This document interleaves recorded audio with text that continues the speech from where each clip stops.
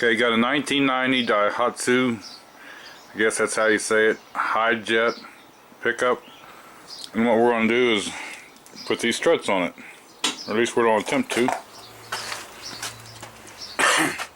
Okay, first thing I'm going to do here is get rid of this rubber brake line off of this strut, because I know it's going to have to come off. So I take a 10 millimeter and take this bolt right here out of here.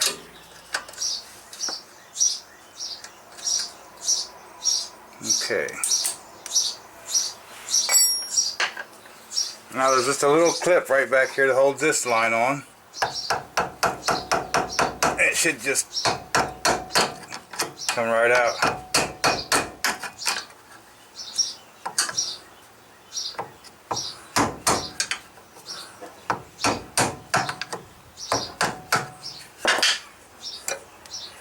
Okay, and there's what you got. You got that little clip. You just get something and catch it right here and push it, or push it a little bit on the ends, but don't bend it. And that line just pulls right out of there. It should pull right out of there. Okay.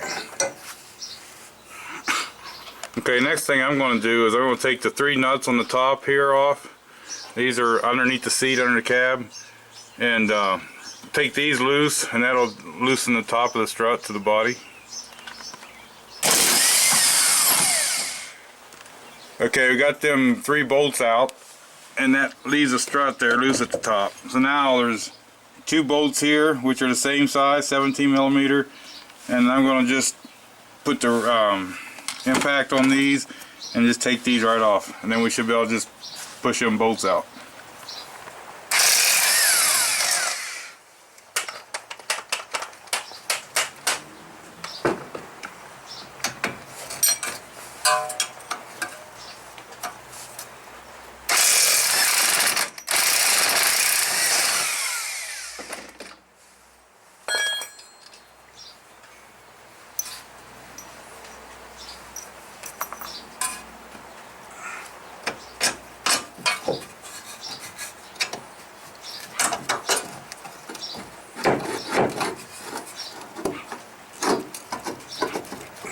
Alright, when this strut's installed on the truck, it sets like this, with this being the front. So I made a mark up here. I made a mark here, and I put an F in here, an F here, and an F here for front. That way when I take all this apart, I might have a good idea how it goes back together, if there's any kind of an angle and any of this stuff. And I'm not sure, but I'm believing that this top piece that has these 3 bolts, I'm going to have to take off. I believe that might be a lift kit. I'm not sure yet, but I think that's what it is.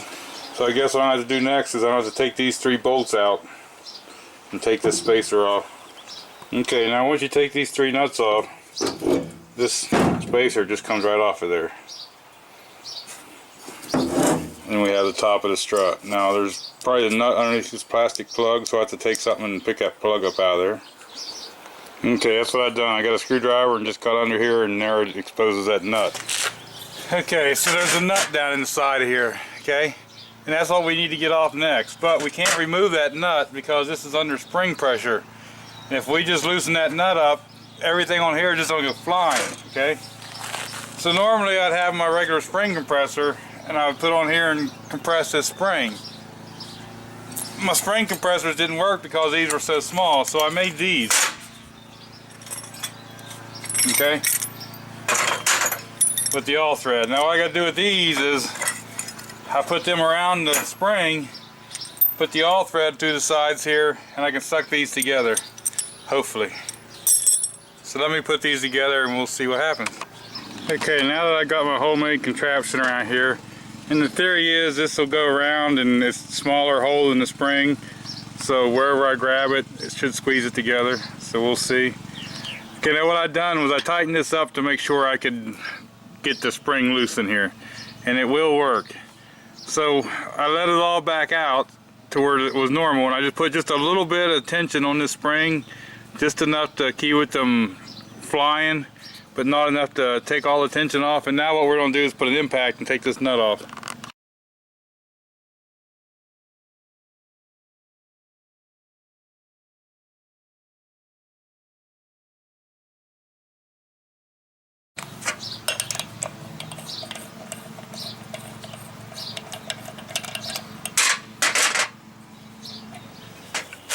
Okay, now that we got the nut off, we pulled that strut right out of the spring. Here's our new strut, the exact same thing. So I'm going to pull this shaft out, and then if you see here there's an indentation, make sure that the ends of these coils fit in them indentations. There'll be one on here and the top, but that's got to fit down in there so the spring rides where it's supposed to be.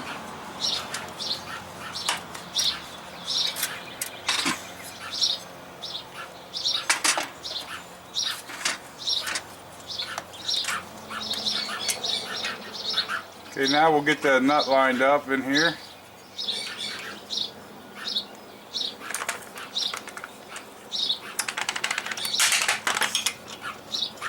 Now we want to get that nut run down as far as we can.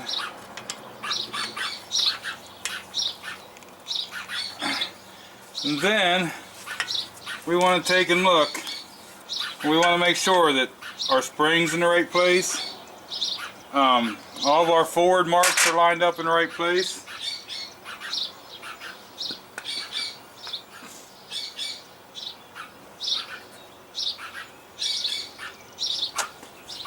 Okay, when you put that nut on top of the strut, you want to have at least a full nut on there before you loosen these up. And what that's going to do is when you loosen this up, it's going to put pressure on that shaft, and it's going to make it so you can tighten that nut up without turning the shaft. If you try to just tighten that up right now, the shock shaft will just turn inside with the nuts and you'll never get nowhere. So let's take these off. Okay, now, like I say, make sure that we have these all lined up when we loosen this up. And keep an eye on it, because if it comes out of adjustment here, you see it, if it comes out of that slot where the spring's supposed to ride, you'll have to tighten the spring back up and reset it. So just keep an eye on it as you're loosening these up, that it sets in the right spot. Okay, now that we got everything lined up the way we want, we're going to hold this top and we're going to tighten this, because all the tension's on this, so this will tighten right up. Okay, now with that being on there, we can take this spacer / lift kit and put right back on here.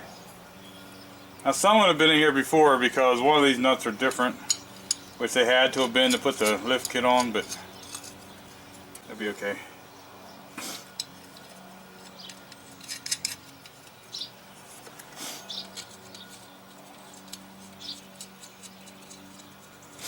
Okay, I'm going to take and tighten these 3 nuts down really good, and then we'll be ready to put this back on the truck. Okay, so the next thing I'm going to do, since I got these 3 tightened up, I don't put this back up in here, but I'm just going to put it up in here with a couple bolts and hang it until I get them bottom bolts in.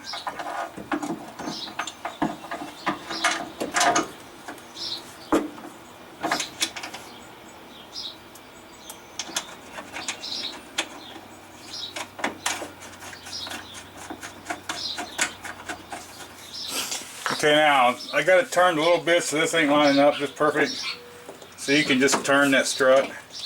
You want to get this knuckle back in there, and we'll get these 2 bolts back in. So you just work them around, you'll get them. Okay, now that we got these started in there, we'll just go ahead and tighten these right up.